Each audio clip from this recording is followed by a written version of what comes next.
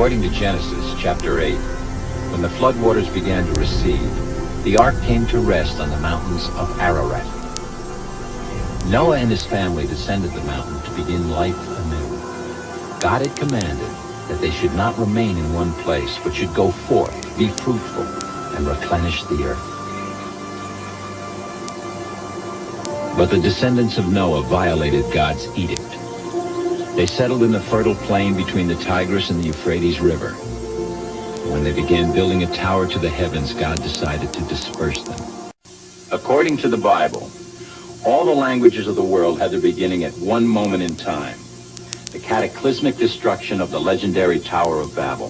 The biblical story of Babel is completely consistent with all of the evidence. Anyone who denies this fact is simply engaging in fantasy or speculation. Scholars and students of the Bible questioned the location, even the existence of the land of Shinar. Then in the early part of the last century, archaeologists brought forth thousands of cuneiform tablets like this one. On such tablets from Egypt, Syria, and the Hittite and Hurrian kingdoms was the name Shinar in various pronunciations. The land where the biblical story was set was here, in what is now Iraq. The historians of antiquity, including Alexander the Great, all wrote about having seen the ruins of the Tower of Babel.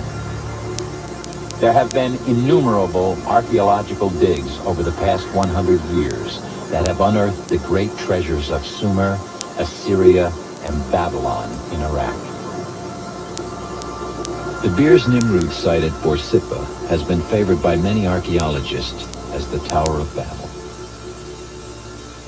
The Ziggurat of Ur and the ruins of Entomonaki near Babylon are even more favored. Is one of these sites the possible location for the Tower of Babel? The strongest body of archaeological evidence, combined with the biblical account, favors the location of Temenanki, which is in the country of Iraq, in the city of Babylon, 50 miles south of Baghdad. This site was recently featured in a Reader's Digest reference book as the probable site for the location of the Tower of Babel.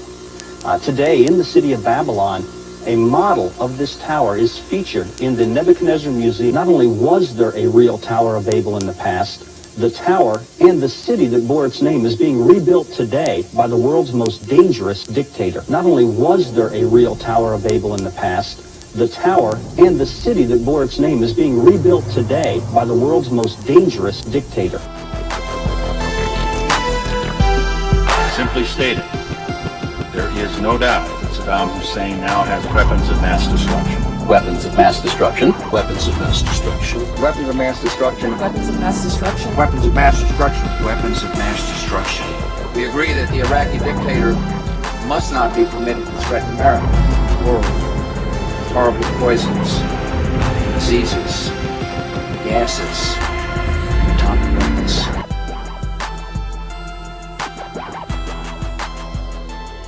Evidence from intelligence sources, secret communications, and statements by people now in custody reveal that Saddam Hussein aids and protects terrorists, including members of Al-Qaeda. I want to put into the record, Mr. Chairman, a page from this document put out by the Bush administration, the Network of Terrorism. It was put out a month after 9/11. A page that says countries where Al-Qaeda or affiliated groups have operated. Iraq is not listed. The temple towers of Mesopotamia were centers for communicating with ancient astronauts. I believe the tower was intended as a communication device, but not with any so-called ancient astronauts, rather with the spirit world of demons and fallen angels. Rather with the spirit world of demons and fallen angels. We have before us the opportunity to forge for ourselves and for future generations a new world order, a world where the rule of law, not the law of the jungle, governs the conduct of nations. When we are successful, and we will be, we have a real chance at this new world order, an order in which a credible United Nations can use its peacekeeping role to fulfill the promise and vision of the UN's founders.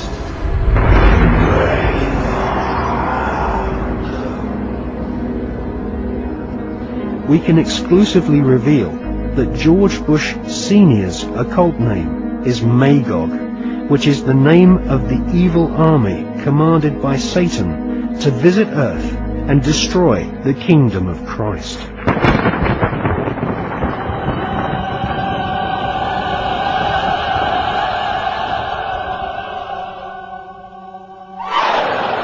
These minor antichrists, or Dajjals, herald the era of the great Dajjal, the supreme antichrist, the premier son of Satan, who will spread terror in the name of peace. So long until they suspend and or make it clear that they that their statements aren't real. Yeah, I believe they want to have the capacity, the knowledge, in order to make a nuclear weapon, and I know it's in the world's interest to prevent them from doing so. I believe that the Iranian, if Iran had a nuclear weapon, it would be a dangerous threat to world peace. We got a leader in Iran who has announced that he wants to destroy Israel. So I've told people that if you're interested in avoiding World War III, it seems like you ought to be interested in preventing them from having the knowledge necessary to make a nuclear weapon. And I take the threat of Iran with a nuclear weapon very seriously.